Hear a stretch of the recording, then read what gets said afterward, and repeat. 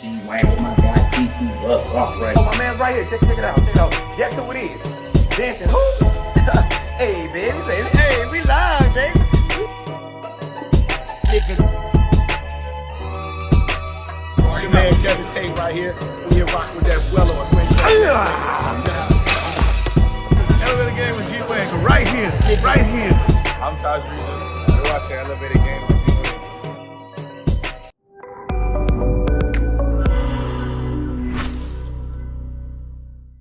What's up, y'all, and welcome to Elevated Game with your host, G Wayne. And you already know how I do. I don't do nothing but kick it with legends. And today's legend, I got a real OG, a street legend, OG LA hood legend. You know what I'm saying? My man's right here. He don't even need no introduction. He went from hood to Hollywood star, from Soul Train dancing. If you didn't know, now you know now. And to a paid stand-up comedian, none other than my boy, Alex Thomas. What's up, man? What it is, man? Hey, man, first of all, you tried to make me sound like I was a gangbanger or something. He from the hood. He from the streets. I'm like, Jesus, I was there. Well, you part of I was it, you hood know. adjacent. No, I grew up in all of it, man, but I just was real lucky to have some great parents to not allow me to go down that road. You know what I mean? Even though I grew up with both sides in the Right. neighborhood. I got family that's Crips, family that's Bloods. I was a Cub Scout. So if you was a I was a gang Cub Scout. That's the gang So I you was knew in. how to tie the knots and all that Oh stuff? yeah, I knew it all. You was selling the I'm not gonna lie. cookies and... I'm not gonna lie. I didn't wear red till I was 30. Damn. So that means you grew up in a Crip neighborhood if you didn't wear Pretty red. much. Like, know what's so crazy in my family? Literally, I'm not even exaggerating when I say I had family that was Crips, family that was Bloods, and you got to think about it. This is the '80s, man, when it was beyond active, right? Right. So my parents were just, look, man, we're gonna ship you to an all-white private school in Beverly Hills. You're gonna get bused from the hood to be around these white kids all day. So just so you don't get caught up. Caught up in the and reverse I drive. thank them so much because, man, I'm not even gonna lie. By 21, I'd probably been to 21 funerals. Man. You know, guys that I grew up with that just, unfortunately went down that road. And I thank them every day for it because, I mean, it helped me be the guy that I am to this day. Where it's like I speak all languages. I could hang out in the hood. I could also hang out at the country club. You know what I mean? As far as being a comedian, I could go to the blackest room of Detroit, the most hood room of Brooklyn. I could be in the bottom of Mississippi and Alabama. And then, like, Tuesday night, I could be at a snowboarding convention in Montana and rip the room with them too. So you could adapt to any situation. Pretty much. I always, this is my 30-year anniversary of doing stand-up comedy this year. Congratulations to that. Thank you. Man, that's a long time. That's Thank you. 3 decades. Right. 3. Hey, I don't know if I'm supposed to put up this sign where you from. I mean, we're in the valley right now, so you don't really have to worry about. There's no drive-bys going down on Canoga. Right. But what happened was I always wanted to just be funny to all people because the guys that I looked up to, the Richard Pryors, the Eddie Murphys, they made everybody laugh. Even though I'm black and I love being black, ain't nothing like being black. You see it. You got black all day. And on the back it say Damn. every day. You know what I mean? Money's green. And I'm trying to make everybody laugh. You feel me? I heard that. So, You get some of that worldwide money. absolutely. Well, me, I believe, man, you're like highly, highly underrated comedians, man. I talked about you before I even met you at the gym at LA Fitness. Oh, thanks, You man. know, when I walked in and I was walking by, I was like, is that? Nah, ain't no way. Then another day I came, I was like, yo, that is. And I went home, I was like, hey, babe, I think the dude from the movies play up in the gym with me. She was like, well, say something. I'm like, man, I don't want to act like no groupie or nothing. You know what I'm saying? Can I ask you a question? Why do brothers say Why that? we I don't do know. that? I don't know if I'm just from a different generation, but I've had dudes come up to me be like, "Hey man, no homo, you funny as hell." Like, what does homo have to do with You're I funny. made you laugh? Right. Hey man, I ain't trying to be a groupie or nothing, but you funny as fuck. Can I? Because you cuss? can cuss, yeah. You funny as fuck, nigga. And I'm like, what does that have to do with being a groupie? That means you were in the crowd and I made you laugh. And thank you, brother. Like, Because you ain't supposed to have another man make me laugh. You know what I'm saying? You had a nigga all tearing up and shit. You feel Right. me?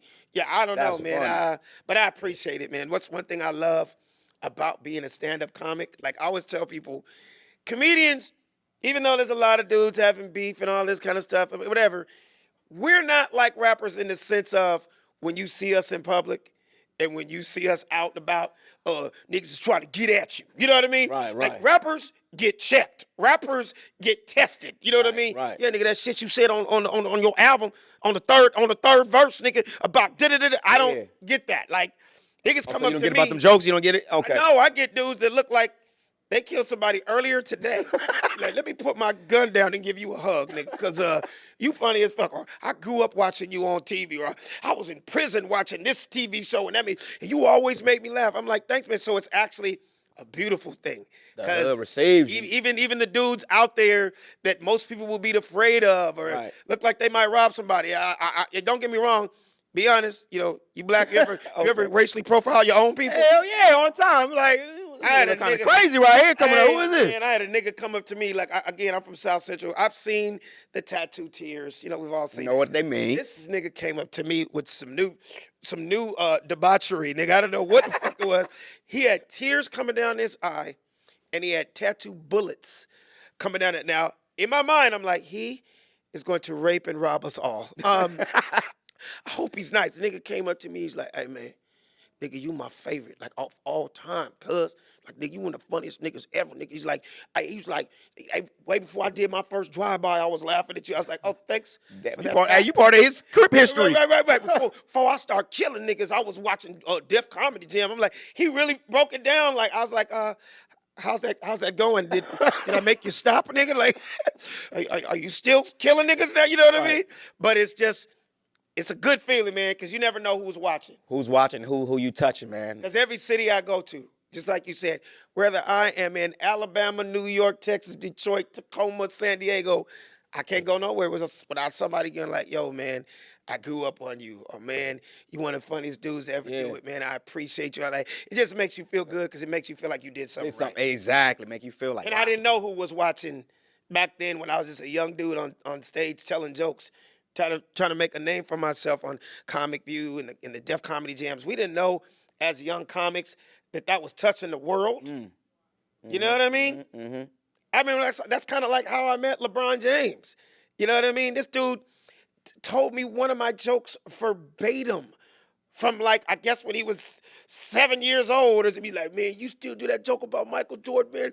Me and we used to die laughing. I was like 6 years old. I was like, nigga, thanks for making me feel like I'm 100 and shit. Old nigga. Yeah. LeBron James. Right. So it's like, damn, like, he was really watching and remembered verbatim. You know what I mean? So, yeah. See, that's when you know you a legend. You feel that? You hear him? Crazy. LeBron James, like, 7 years old? He told me something like how old he was when he first saw me, like, on TV, or when he first heard my jokes. And you don't realize that until you start doing the math and you do the timeline. I'm like, God damn, I guess that nigga was 6 when I did. Like, I started going, like, see, my first time on Def Comedy Jam was 95. Then I did do that joke. You know what I mean? Like, right. You never know who's watching, bro. You don't. And wait, can I just say one more thing? Go ahead. That's how I have so many stories. That's how I met Michael Jordan. Oh, so you met Michael. So you made all the jokes. I met Michael Jordan because he liked one of my jokes. Stop it. You think I'm thinking Michael Jordan knows who the hell I am? Right. This was like, I want to say this was 2000. I'm in Chicago. I've always been real cool with a bunch of NBA All-Stars and dudes. Like, it just runs hand in hand. Like, they love comedy and TV, right, the same way we love sports. So I was real good friends with Antoine Walker, right? Shout out to Antoine, one of the greatest basketball players ever, blah, blah, blah. And he's from Chicago. And he did his Celebrity Weekend every year. Man, Antoine has this crazy party. And Scottie Pippen and Jordan are in VIP. And Michael Jordan walked to me and looked me dead in my face and said, "Tata-lalicious." I was like, hilarious. Nigga, when I tell you a small tear came out my eye. I was like, how does this nigga know me? Tata-lalicious? But it just happened to be that was the year that song was like #1 on the planet. It was Pharrell's first big hit. It was Noriega's first big song. It was running on BET every day, ran on MTV every day. You would think I was one of the goddamn rappers. Right. It's just the video was so huge, and just from my little skit and sketch in that video, the shit made me famous.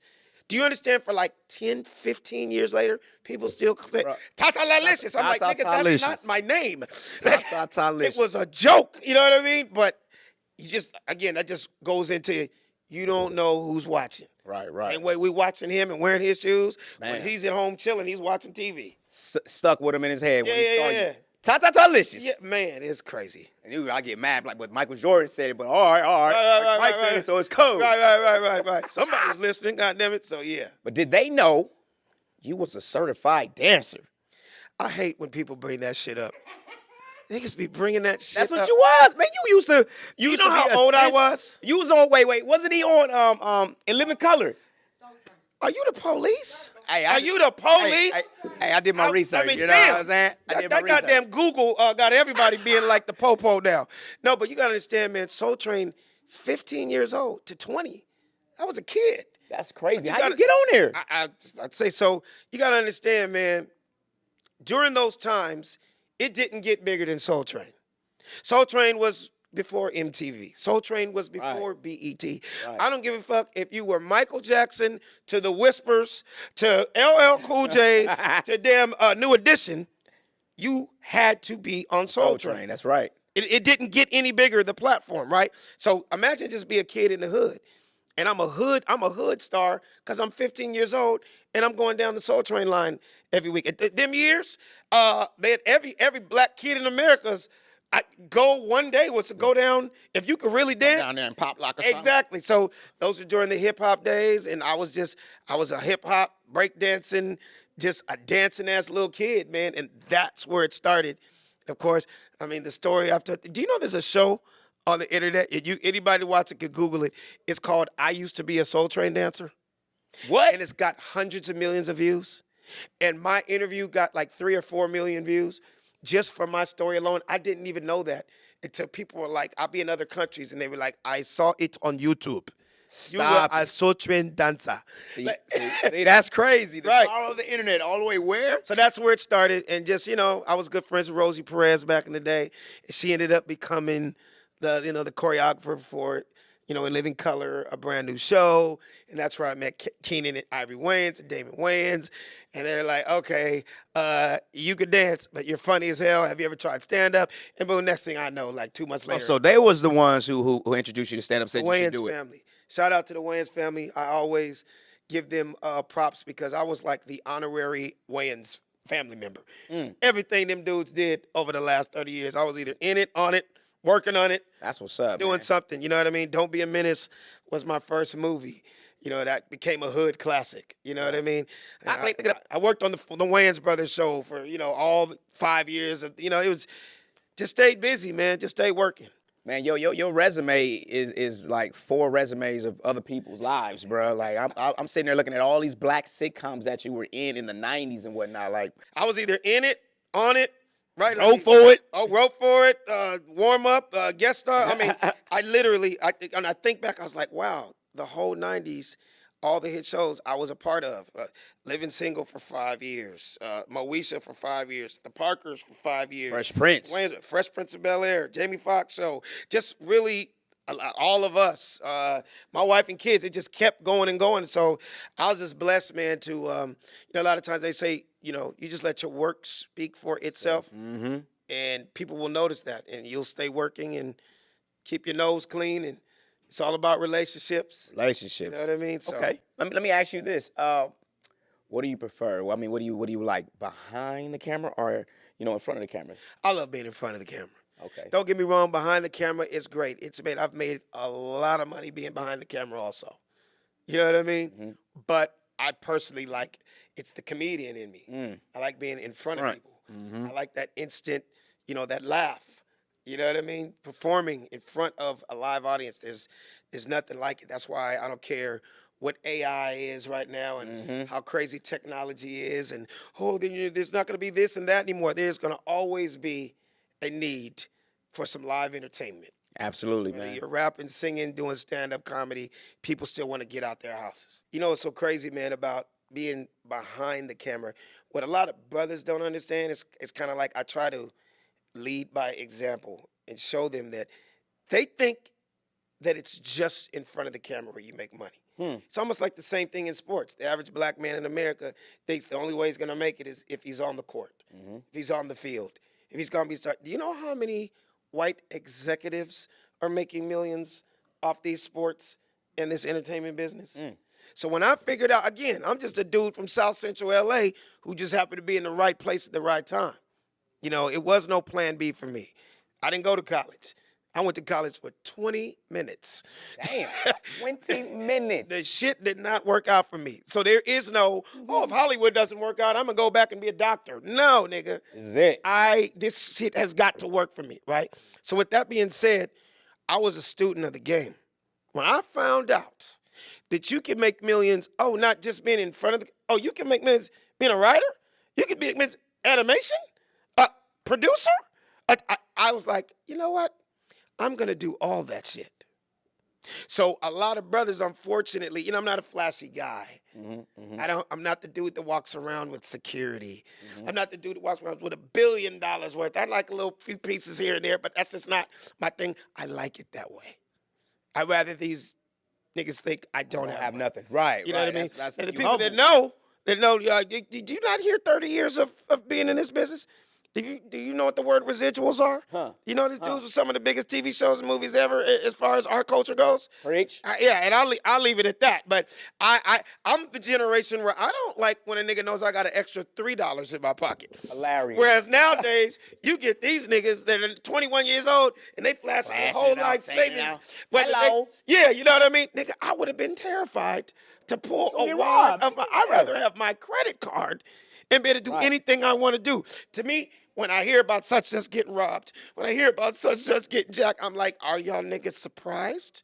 His whole timeline, you would think he's a billionaire. Right. I hope everybody in your family is taken care of, judging by your timeline on Instagram. That every time, whether you are on the toilet or at Burger King or at the club or sitting in the park with your homies, you just always got to have $1 billion. If that's not some insecure, I really don't got it shit, I don't know what is. I'm glad I ain't. Do you agree? I agree. I'm glad I'm not. You see me, man. I ain't really got nothing. Yeah, I'd rather. I like being low key. Low key there. And shout out to your beanie, man. I like your beanie. You feel me? I'm a beanie ass nigga. I got the whole colors of the rainbow. You know what? Me too. I got them all. Come on, we got Taste the rainbow. We got to match our shit. You feel me? We got to coordinate. You got to do it. Yeah. But and you just get to a certain point in your life.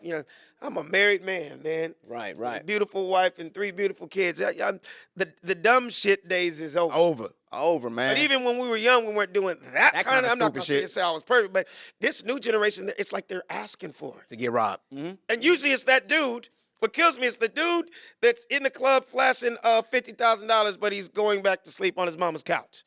Or he caught an Uber up here because he doesn't have a car. Or he has no type of insurance.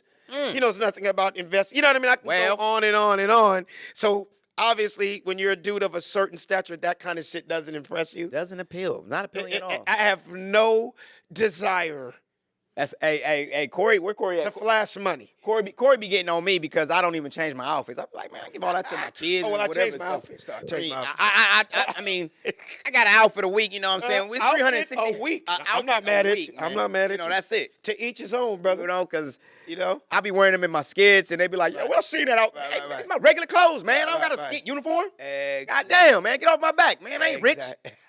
Or maybe I am. You feel me? And keeping it low. Hey, man, I'd rather have a big question mark over my head than a target. Right. Because when niggas know you got money, what do? Ask for it. Hey, man, I know he got it. I can get it from him. Hey, can I borrow? Absolutely. I be like, nigga, how you know I got it? Nigga? Hey, you know what I always say? I say more money, more problems. It is. Just because I got more money than you doesn't mean I don't have more problems than you. Absolutely. It's all relevant to what your situation is. You know what I mean? Yep. And I always try to say, I can't save everybody. I worked real hard to get to this position. I worked really, really hard to be able to provide for my family and my wife and my legacy. You get what I'm saying? So for somebody to think they could just come and ask for it or take it, I have a problem with that. You know what I mean? So that's grown man. I feel that somebody just come on and piggyback off of you like, bro, whoa. First of all, I had blood, sweat, and tears, bro. Right. You ain't go through what I went through to get this. Absolutely. Like they say, you weren't with me when I was shooting in the gym. That part right there. You feel me? Man, who are your top 5 comedians then nowadays? Well, it's tough to say nowadays. Mine is of all time. I always tell people, no matter what interview I go to, I have a ton of guys that I respect, but as a comedian, we just don't use the word favorite. Gotcha. Like triple OGs like us. Okay. It's almost like when you ask Magic Johnson or you ask Michael Jordan, he'll tell you the guys he likes. What he has no problem doing is tell you the people he looked up to, and those are the GOATs. But when you ask me, I can name a ton of guys right now that are very funny. They make me laugh, but I don't use that word GOAT since it's the narrative now. Like, no, the GOAT was Richard Pryor and Richard Pryor only. Period, point blank. That's it. I'll fight and argue with anybody over that. Hey, he be boxing too, in case y'all didn't know. I caught him in the gym. Yeah. I caught him in the boxing gym. I caught him. I said, damn. There's a lot of funny guys out there. You know what I mean? I'm one of those dudes. I respect the game. I respect what Kevin Hart has done for this game. You know what I mean? I like what he did for our sport. You know what I mean? I have respect for all those guys because a lot of those guys are the guys that looked up to me. You know what I mean? I was before Cat Williams. I was before Mike. I was Mike Epps before Kevin Hart, and they were the generation after us. The guys I looked up to was the Martins. You know what I mean? Was the Sinbads, was the Jerry Seinfelds, the Arsenio Halls, the Martin Lawrences, the Wayans family. You know what I mean? I can keep going on and on. The Chris Rocks, guys like that's who I looked up to. Right. But the game has been elevated, and you got guys like me who are still around, still relevant, still ripping stages to pieces, and got something to say. I stay fly, I stay fresh. I'm not that dude that because he's at a certain age or so that he ain't got nothing to say no more. And nothing against those dudes that did hit that wall. You know how many dudes I started out with, early 90s, that are nowhere to be found? For whatever the reason was. Right. You know what I mean? Life, they could have been dealt the bad hand in life. Right. You know what I mean? I'm not knocking them. I'm saying God really blessed me to still be doing 39, 40 cities a year, selling out all over the country without being a super duper star. You get what I'm saying? Right. It lets me know that I put it down enough that I've had my own following for all these years. 30 years of ripping mics. Right. Worldwide, globally. You know what I mean? With no problems. Is there any beef in that world? I mean, because we see what Cat Williams is doing. How you feel about that? Well, again, I got that question 32,000 times, 10 million phone calls. What's your perspective? And I'm going to just put it brief and put it like this. Wait, did he mention your name? I wish he would have. I would have got a little bit more press. That's what Mike Epps said. Yeah, that's what Mike said the same thing, but Mike said it for all of us. Like, damn, could he have mentioned my name? But in my case, I just happen to be that dude. Every single name that came out of his mouth, I'm friends with everybody. Damn. I'm just that guy. You cool with everybody. I have a story, and I'm cool with everybody. My career wasn't based on beef. My career wasn't based on that. I have been telling jokes from the beginning for 30 years now to make people laugh and love me. That's what I do. I guess some dudes took it to the street level, and that's cool. That was their way. Like I say, that's not my business. What that man eat don't make me shit. What he drink don't make me piss. He gonna survive, I'm gonna survive. Because guess what? He's truly talented. I'm truly talented. Hey, I respect that, the only time you really have problems with people like that is if you're slightly not talented, and it could really be a problem. You get what I'm saying? There are some people out there that really do end people's careers. God took me too far to end that shit. Because I'm funny for real.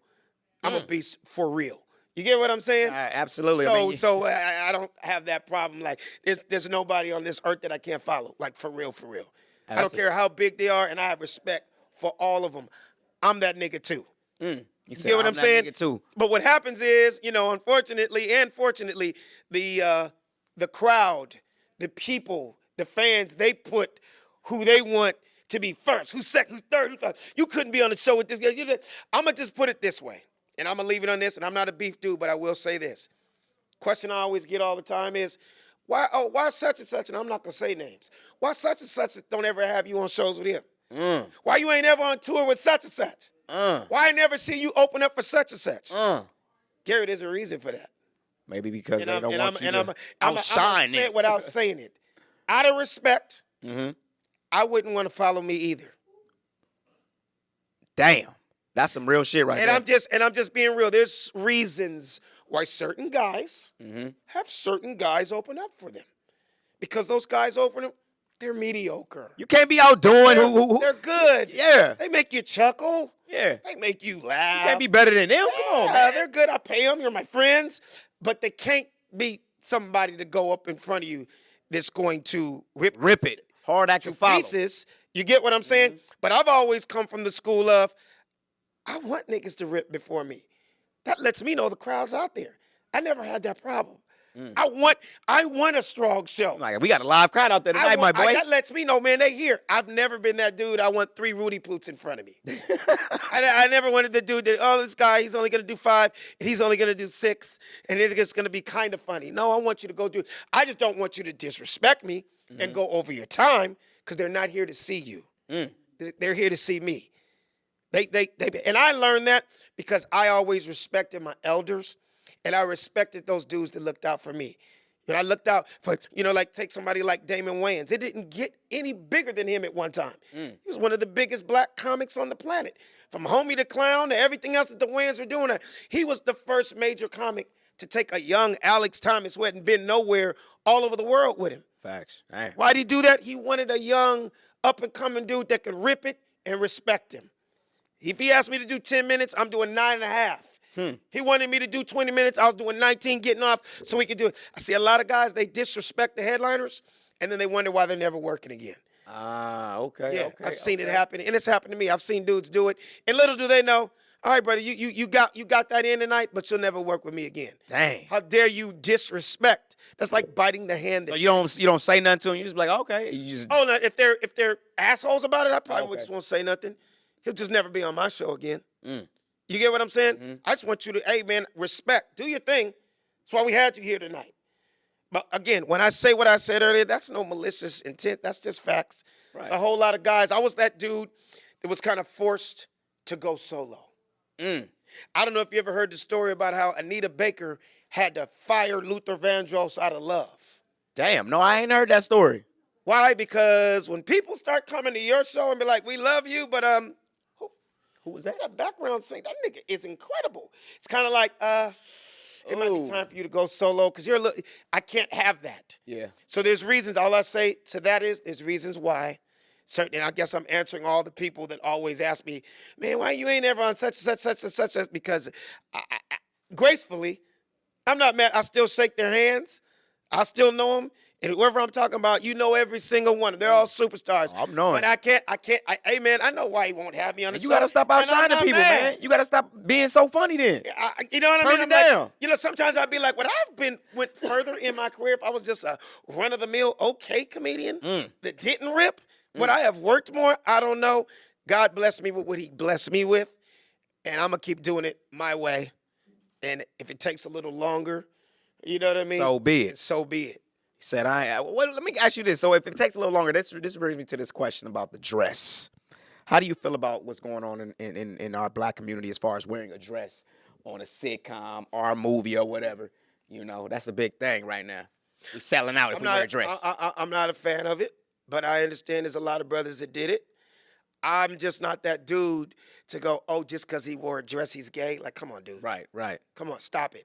But I get it. You get guys, they just want to throw that around because they may be angry, upset with where they are in their careers. And that's facts. People that think, just because you're wearing it, that means, no, it could have been that's just the role. Now, me personally, now here's the crazy part, and this is just a true story. All the tons of TV shows and movies I've done, I would say about maybe 2 years ago, I got that call for real. Oh, snap. For the first time in my career, I was like, nigga. Let's hear how you dealt with it. I knew this shit was going to eventually happen. So my agent calls me and goes, Alex, there's a role on the table. They want to offer it to you. And but before I run it by you, I just got to ask a question. Like, would you play a gay role? My agent straight up asked me, would I play a gay role? And I just respectfully said no.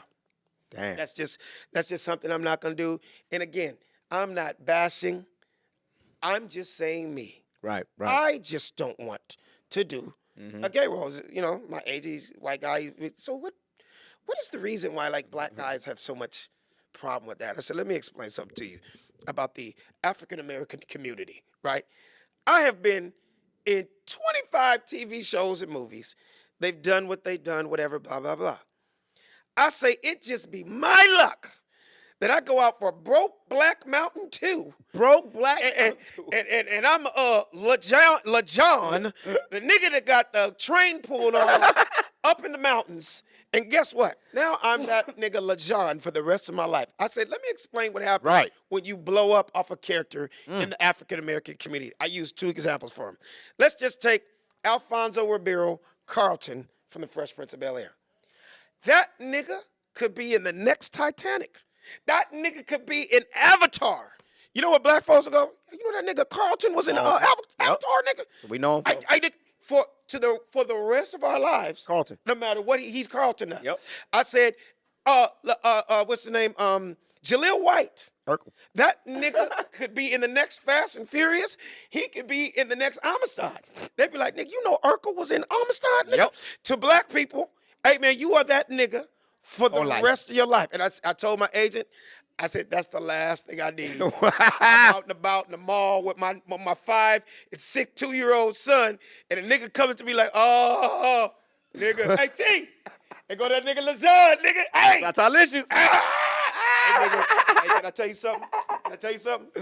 They blew your back out up in the hills, nigga. You with the kids? Yeah. Hey, nigga, I thought you was bow-legged in real life, nigga, the way they blew your back out. You know it was acting, my boy. It wasn't really right, like right. And there you have it. And there's like my that, answer. my boy. I'd be like, nah, you know that was a movie, nigga. I'm not really like that. And I said, you know what, the number one, you know what all black people would say? Nah, nigga, you did that shit too good. Right. You played that role hella good, my boy. Well, That they shit blew was your back convincing. out, nigga. You was young, nigga. You know what I mean? See your face? Right. Shit You look like, real. You was loving it, nigga. Yeah, so that was my reason for never doing the gay role. And I just didn't. I just felt like I'd rather do something else. Right. Or it's a hard no on that one. And sometimes no is the best answer. It is. I wasn't gonna do, and it was great money. That's what they entice you with. It's the money. The kind of money that a nigga's like, ah. How long I gotta wear a dress? What kind of scenes Is it a skin tight skirt, nigga? Can I wear Air Force Ones with the dress, or does it have to be heels? Am I Larry Johnson in this? Grandma Moore? Right. So yeah, man. To each his own, man. To each his own. To each his own. You got whatever you feel like you got to do to make it or get on. It's just damn, to make it, to catch the couch. Damn, what? Yeah, man. Hey, so did you open up for Bill Cosby? There's a rumor out there saying you opened up for Bill Cosby. That's crazy. How'd you know about that? Because you really are the Illuminati, aren't you, nigga? Man, you know, I've been, investigating a little bit. I got my dog on the hound over there, Corey. Man, I opened up for Bill Cosby in 2002, and it was the craziest situation of how it happened. Wait, hold on. Did you see you get the perks? Oh no, there's no perkies involved. No, that nigga didn't hand me a drink. Nigga, I wouldn't even eat the M&Ms in his dressing room, nigga. I'm not gonna Wait, lie. so you knew back then? You Hey, I ain't fucking with Bill. Hey, there was craft services, and they were not servicing me, nigga. Hey, I didn't take a carrot or a broccoli stick out of that nigga's. And this is in 2002. And this was in 2002. Damn. No, but mad respect, I hear people laughing, but mad respect for Bill Cosby, because I don't care what anybody says. He's still one of our legends. He's still one of our own. And for these chicks to be coming out, 42 years ago, he touched my titty. Like, come on, man. Damn, And it bothered you that much. Nigga's 90 now. That you said 42 years later that he sucked your titty, right? No, but I love her laugh. I love her laugh. Hilarious. That means at home they're going to be laughing. But let me tell you how the Bill Cosby gig happened.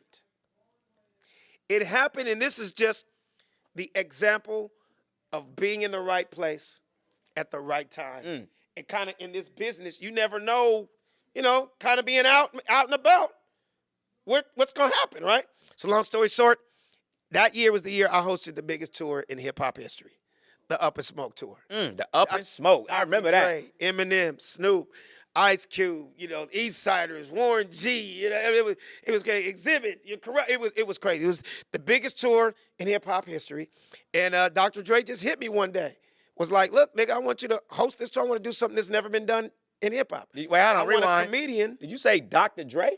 Dr. Dre hit me. Man, how he hit you? Huh? How he hit you? On my phone, nigga. Oh, he just had your number like that? Damn. Are you forgetting I told you how long I've been doing this shit?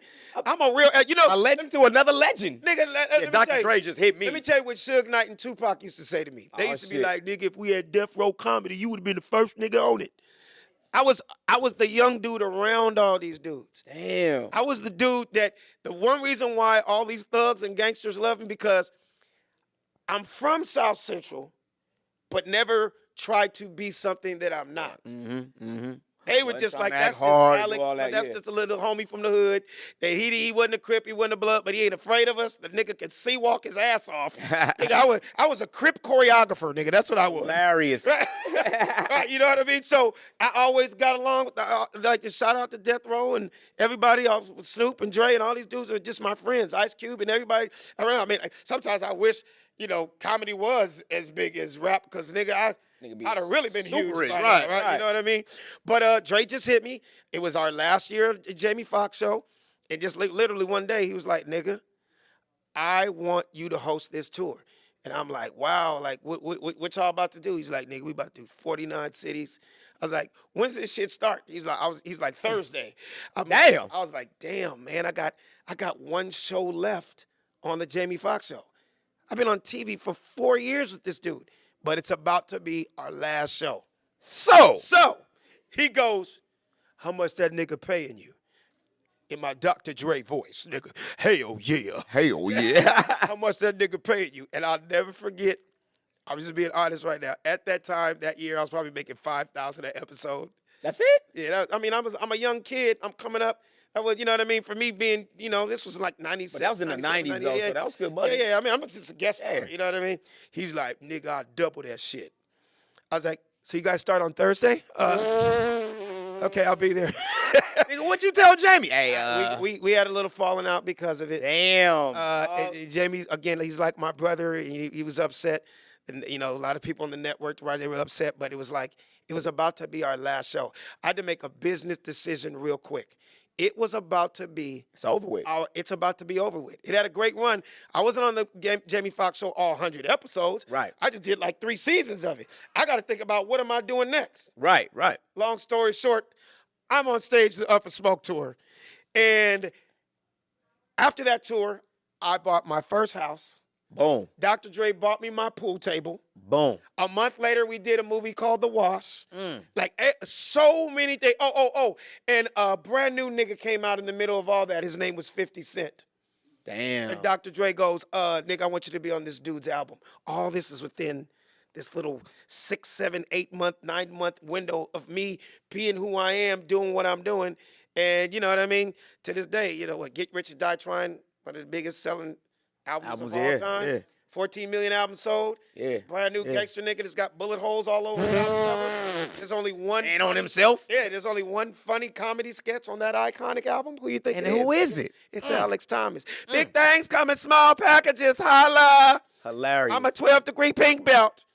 I will slice and dice his ass. What?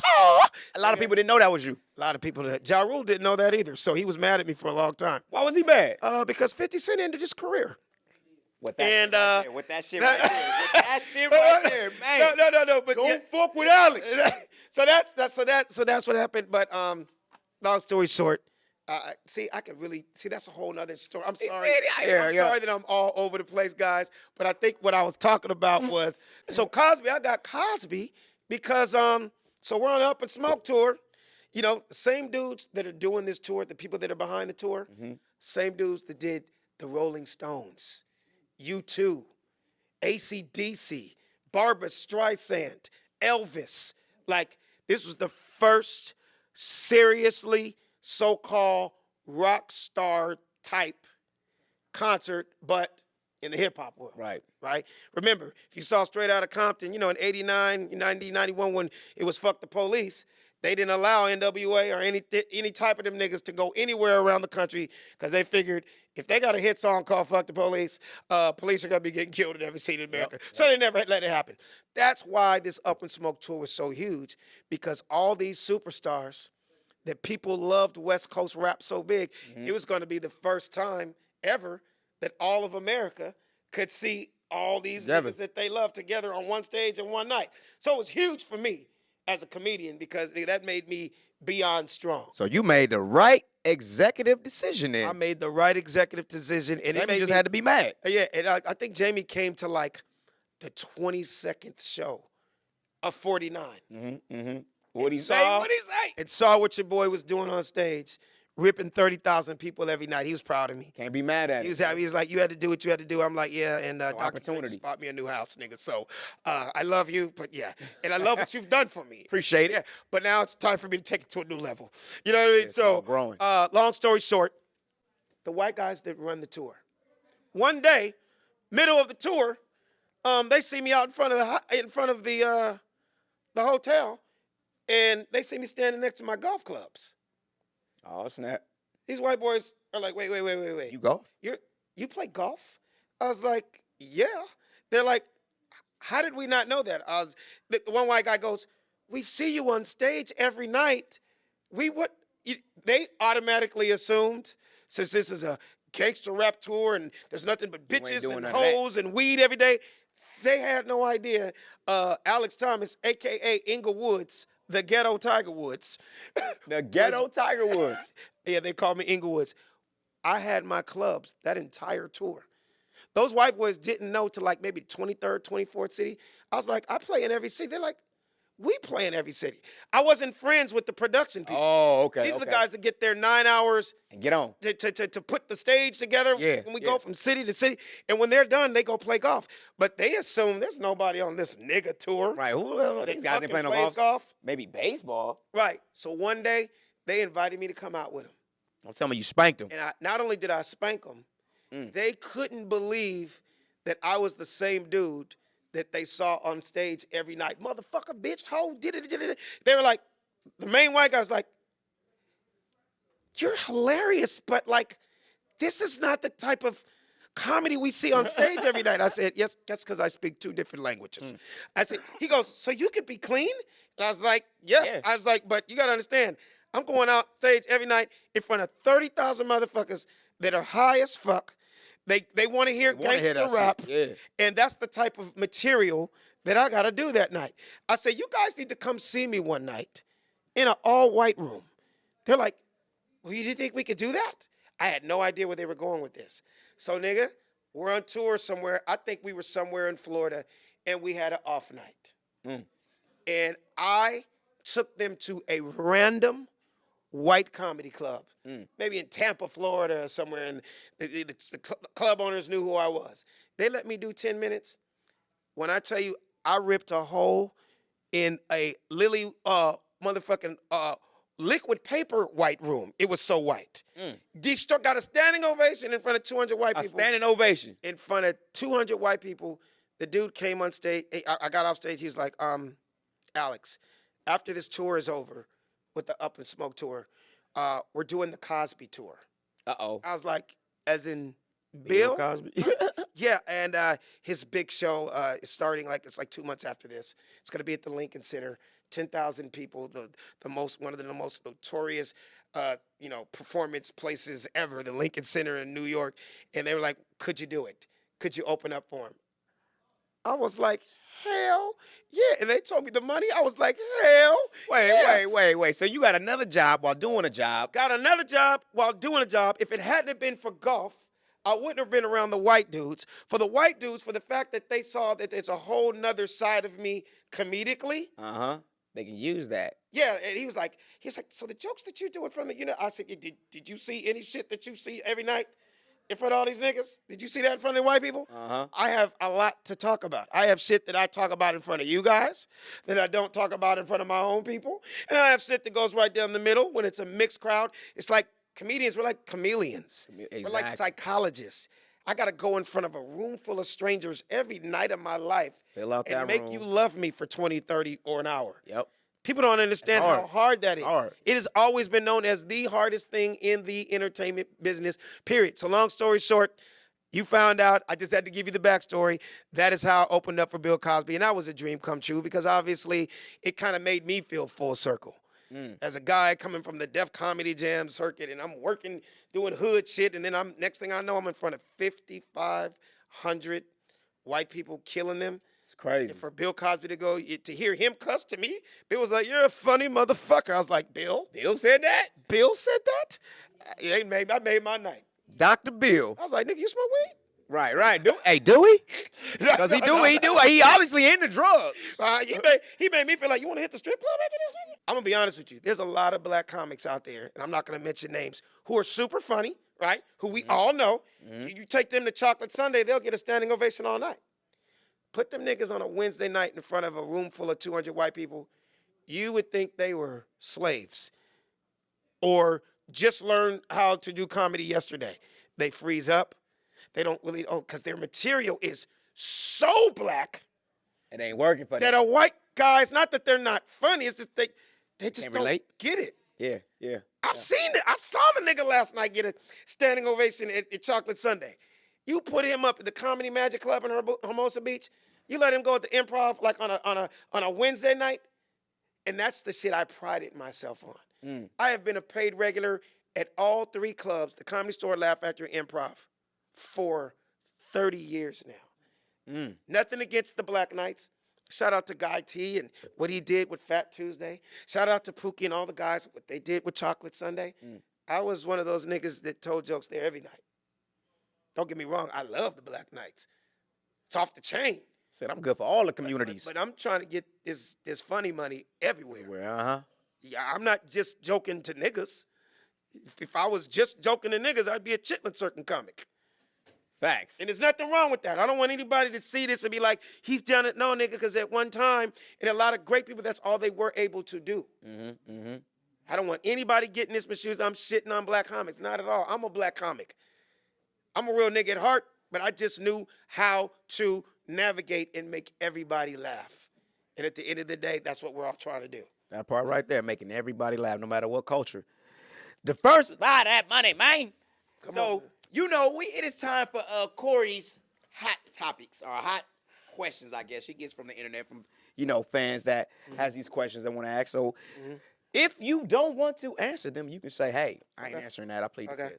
Hot cakes or sausages? Hot cakes. The worst piece of advice you got? The worst piece of advice.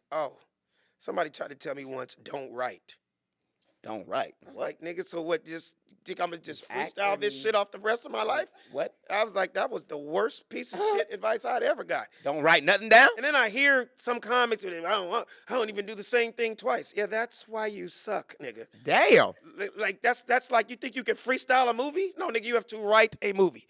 You think you can freestyle a TV show? No, you have to write. Don't get me wrong, I like freestyle. Throw on a beat. Yeah, but you know how many niggas that can freestyle their ass off but can't write a song? Can't write a song, that's right. Are you in this to freestyle, or are you in this to have a song that the world is singing forever and ever? Best pieces of advice you got? Trust in God. Believe in the Lord. He will not let you down. He may not come exactly on time, but he's always on time. Well, and I'm not just trying to sound like, cliche, but I believe in God, and, none of this would have been possible without him. Being able to weather all these storms of this Hollywood and this entertainment business, for it to become full circle, still be here, 10 toes down with a beautiful wife and kids, man. Everything else is just butter. Oh, I like that. Okay, it's about to get real dirty. Speaking of dirty, Diddy party with Diddy, or The Island? Ooh, wow. Woo! Well, I'm not going to lie. I've been to several Diddy parties. I'm not going to lie. I look at every goddamn camera in this motherfucker. I've never been to The Island. I heard about it also. But you're talking about a nigga that's been famous since the 90s. Nigga, when I tell I'm married now, and my wife, but she knows that I was a dirty whore before I met her. And when I tell you, I got partied hard with that nigga. It got nothing to do with gay, nothing to do with all these crazy things. I don't know about that. Can I cuss? Yeah. Wall to wall bitches, nigga. Every party that I mean, from the New Year's Eve parties at the mansions in different parts. More females of the than world. dudes. Oh, nigga, to the Ciroc. I'm just happy I didn't have any babies before my wife came out. That's all I gotta say. So I ain't got shit bad to say about Diddy. He's a black man. He obviously made some mistakes, obviously, in his private life. I'm just letting you. The same way when people ask me, you ever went to Eddie Murphy party? Nigga, thousands of them. And when I tell you I had some of the greatest times of my life, I'm sitting here doing shots with Rick James, El DeBarge, and Michael Jackson, nigga. So when you hear about the gay shit, I don't know. I didn't go gay night, nigga. I don't know. I didn't go on the gay night. I don't. Hilarious. I don't know about that. All I know is about the fight parties, the barbecues, and the bitches. That's all. So I'm just being honest, though. You get what I'm saying? So I'm not. I never. No, nigga. He knows me. I know him. I just don't. That when you heard that crazy shit, I was as blown away like everybody else. I'm like, damn. Nigga? Take that, did it, nigga? Take that. With all the bitches in the pool, they did that, nigga. The fun, they used to go down to that nigga's party. Shit. Yeah, we all shocked about that one, huh? Nigga, I have invites to Diddy's parties that I put on mantles like they were trophies, nigga. Damn. Shit that the average nigga would never fucking deal with. I mean, this is the nigga, that's the invite, nigga. If you got the checker strike thing, nigga, that means you're you plus two, nigga, like that kind of shit. It was some of the most incredible times of my life. I bet you had a ball. So I hope he makes it out of that. You're the first one to explain it like that. Everybody else be like, You know what it is? Because those are niggas that didn't. So when people ask me about R. Kelly, one of the coolest niggas on the planet. Remember, I lived this. I really was friends with this nigga. I really was at all the parties, again, with all the big bitches. I'm just being honest.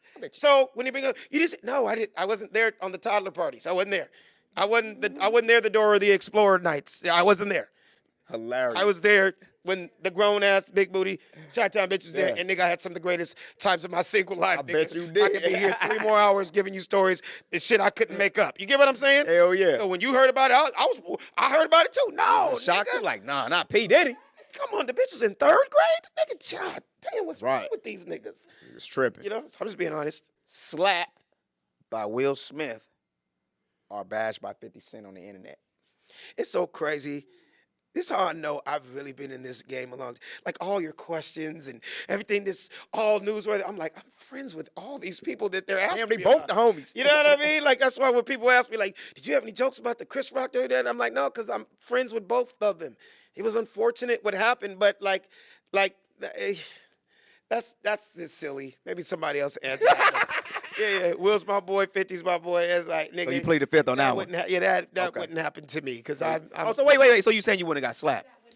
Yeah, I'm just in a different. Yeah, man. You forget I'm from the hood. Yeah, nigga. Yeah. You survived the hot topics, so. Some people don't survive? No, they don't. They don't even want to talk about it. No comment. No nothing. No, I have no problem, man. I mean, honesty is the best policy. That makes me feel like something they hide something guilty. As you can see, I was straightforward. I know people be like, "Ooh, I'm not gonna." No, nigga, I was at that nigga's parties. Right. I just wasn't there them nights. Right. You know what I mean? Like I'm just being honest. Shit. So tell us, man, what you working on? Like, what you got going on right now that we can see you in that's coming up? Man, it's a lot, man. My animated series is still doing absolutely great. If there's anybody out there watching, when you go to Netflix, go to Motown Magic. We're one of the top and only black animated series on Netflix right now. It's called Motown Magic. Smokey Robinson's executive producer. I'm one of the stars of the show. I'm in every episode. We did 52 episodes so far. If you Google Motown Magic, you're going to see a red convertible 1965 Cadillac. That's me. My character name is Jimmy Mack. And we're #1 in America right now with black children, 1 to 10. So anybody, if you know anything about Detroit, you know anything about Motown, pretty much the 2 #1 music catalogs in music history, the Beatles and Motown. So every single episode is a Motown song. Heard it to the grapevine. That's an episode. Jimmy Mack. That's it. A, B, C. That's our theme music for every episode. Really? So my kids, they love it because that's daddy, but that's #1 right now. My clothing line, my clothing line, South Central Country Club, is dropping next month. I'm very proud of it. As you know, I'm the ghetto Tiger Woods. They call me Inglewoods.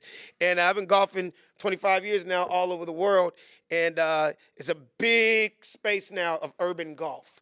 more black people are playing golf, and minorities are playing golf more Catching than that. ever. Catching now, that. thank you to Tiger Woods for what he did. But you get somebody like me who's always been a fly ass dude. I'm from South Central LA, and the gear is crazy. So SouthCentralCountryClub.com coming soon next month. Can't wait to and see my that. book, I'm gonna leave it on that. Oh, you got a book coming out? I would have brought it to you, but I just sold out. I Oh. literally sold out in Detroit 2 nights ago. When did the book come I out? bring them to. I'm now I'm on Amazon's bestseller list. Okay. It's called The Funny Don't Stop. Okay. That's the name of my next 1 hour special. That is my hashtag. If anybody watching right now, if you hashtag The Funny Don't Stop, you're going to see Alex Thomas everything. So the name of my book is The Funny Don't Stop. All they got to do is follow me on Instagram, Funny Man Alex Thomas. Click the link in the bio, and it'll take you to the first book on Amazon. Basically, I found an amazing illustrator, man. He was just a fan. Slid in my DMs one day. It was like, yo, I'm a huge fan. You're one of the funniest dudes I've ever seen. Check this out. He drew a picture of one of my jokes. So he turned one of my jokes into visual life. I was so blown away. I was like, can we do another one? What's your name?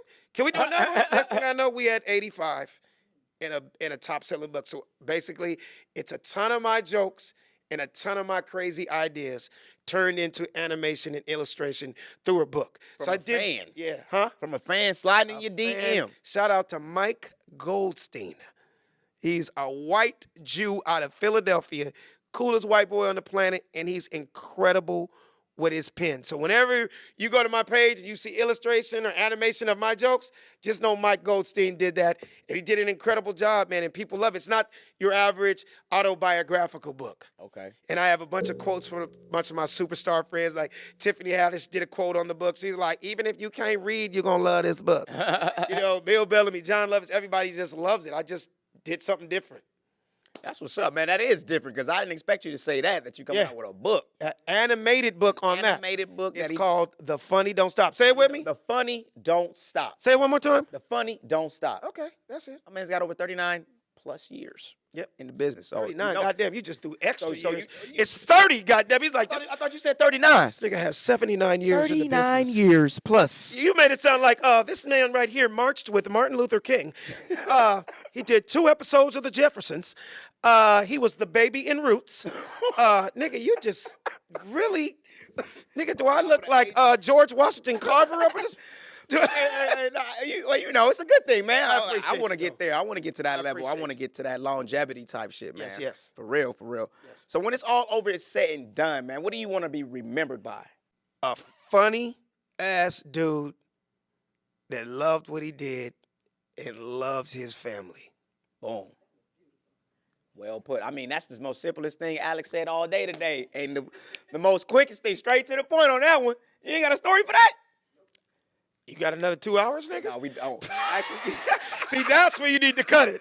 Right there. Because, nigga, I really do. hey, my man, keep going. He got a story for days. We're going to have to get him on another show. No, for real. But, hey, I appreciate you for stopping by, man. Yeah. I mean, I've been seeing you in the gym, crossing your path for a minute. I knew we was going to work sooner or later because we know the same certain people in Absolutely. the same circle, man. Small circle. And it's a blessing to be in here with you, man. Thank you, man. 'Cause I was looking up to you as I was Appreciate coming it. up, like, man, this nigga funny as fuck, man. Appreciate and I seen it. you in the gym, I'm like, oh shit, that's really this nigga. I'm in there 3-4 days a week, man. If I'm not on the road, I drop these kids off, I'm in there. I literally just make it a part of my life, man. I come from a family, there's a lot of obese people and some people that didn't take care of themselves. Health is wealth. And I don't know how many brothers that I see that I went to high school with that I don't recognize. Man, Nigga. I was saying the same. I'm like, man, what that? Wait, we could not have graduated the same year. Like, what the Nigga hell? looking like Frederick Douglass. Yeah, right. They either gave up or they don't care. I'm not Yeah. entertained with what I need to be. People be like, why you train so much for these damn kids? I started late, bro. I got trained to run around with these babies. Yeah, you got babies on you, man. My kids are grown. I got a 25-year-old, 21-year-old. that's crazy. I'm done. We out of here. Right. It's over. You don't even. Doc, I don't want no more. Snip me up, Doc. You don't even shake that nigga's hand, huh? Nope. Dad, whatever, nigga. Right. Nigga, you grown. But man, I appreciate you for stopping by. Thank you, man. Thanks for having me. We're gonna get that liquor out to you, that Thank you. top notch Appreciate it. tequila. Yes. Vuelo. Yeah. As soon as What's it Alex come called? back, Vuelo. Vuelo. vuelo, like V. Oh, Vuelo. vuelo. Yeah. And I'm guessing that means something. It means sexy in Portuguese. Right. Always right, niggas gotta come with some shit. Goes down real smooth. That means millionaire in Mongolia. Niggas always gotta come with some shit. Ain't lying. You ain't lying, man. It's all exotic. The bottle It's exotic. called boule. What does that mean? It means that's that shit in Zimbabwe.